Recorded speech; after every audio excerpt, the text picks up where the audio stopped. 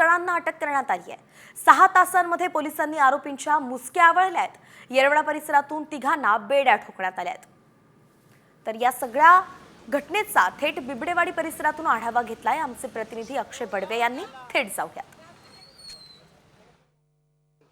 पुण्यात गाड्यांच्या तोडफोडीचं सत्र जे आहे ते कायम स्वरूपी आहे का असा प्रश्न जो आहे तो आता उपस्थित होतोय। मी सध्या बिबवेवाडी परिसरात आहे आणि आपण जर पाहिलं तर मोठ्या प्रमाणावर या ठिकाणच्या ज्या गाड्या आहेत त्या फोडल्याचे ज्या घटना आहेत त्यामध्ये आता सातत्याने वाढ होताना दिसते। रिक्षा जी आहे त्याच्यावर देखील मोठे वार जे आहेत ते देखील केल्याचं आपल्याला या ठिकाणी पाहायला मिळतंय। मावशी, कुठली गाडी होती तुमची, काय नुकसान? चेन गाडी आहे। मागच्या वेळेस पण 3 गाड्या फोडलेल्या, आता पण 2 फोडल्यात। आमचा काही संबंध नसताना आम्हाला हे रोजचा त्रास आहे। त्यांच्या हातात कोयते हत्यारे होती म्हणून भीतीने माणूस पुढे जाऊ शकत नाही। 3 वर्ष झालं आम्हाला त्रास आहे। 2 महिने 1.5 महिने गेले की शिवाय देत जातात, गाड्या जोरात नेतात। असं चौकीला नेतात आहेत आणि संध्याकाळी ती पोरं